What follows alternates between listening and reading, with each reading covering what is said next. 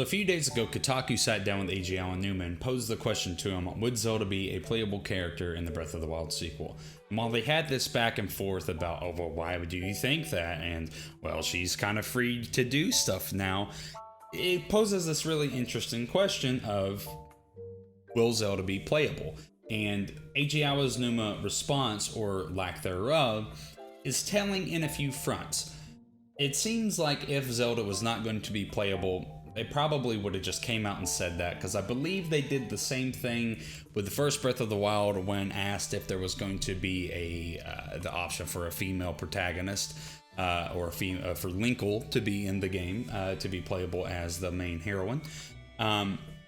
So for them to not just come right out and say that Zelda is not playable, it leads some credence to the possibility still being there. But there's also the matter of fact that the game is probably still so early in development that they don't know what the final outcome and what the final product is going to be yet. And not saying that so much as they don't know what they're doing with it, it's just there's a lot that goes into games development.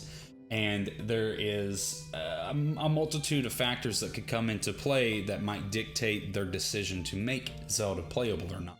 How the game unfolds may not necessarily work the same way if Zelda does it as to where if it was still Link.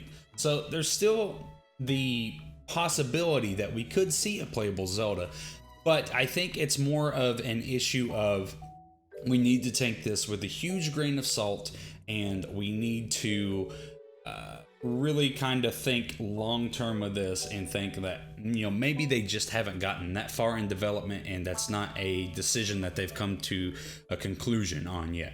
So I think for the time being, we should temper our hopes for a playable Zelda, although I really feel like this time around it's going to be something that they might be leaning into, which would be very, very cool. Game Informer also caught up with Aonuma and talked to him about how his role as the series producer has changed over the years.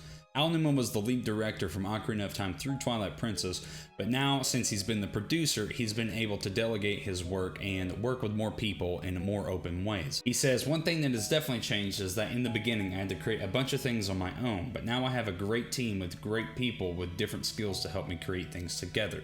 So Aonuma is definitely working in a bigger group and a more collective thought process with a lot of different options being thrown out there. So I think it's safe to say that the playable Zelda factor is something that they are considering, and it is something that is on their minds. Whether or not it will be implemented or not is still up in the air, and we'll have to just see how it turns out.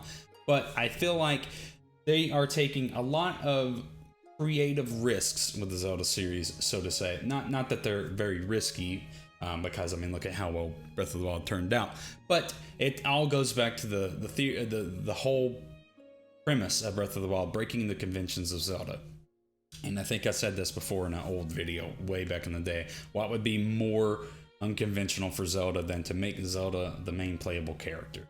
So I feel like this is something they are considering. It is something that is on their table of, hey, do we do this? Do we not do this? But only time will tell.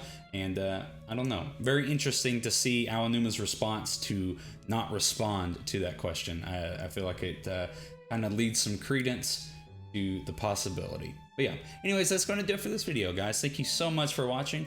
Subscribe if you like content like this and would like to see more content on Breath of the Wild 2. Like this video if you liked it, dislike it if you disliked it. Thank you so much for watching. I'll see you in the next one.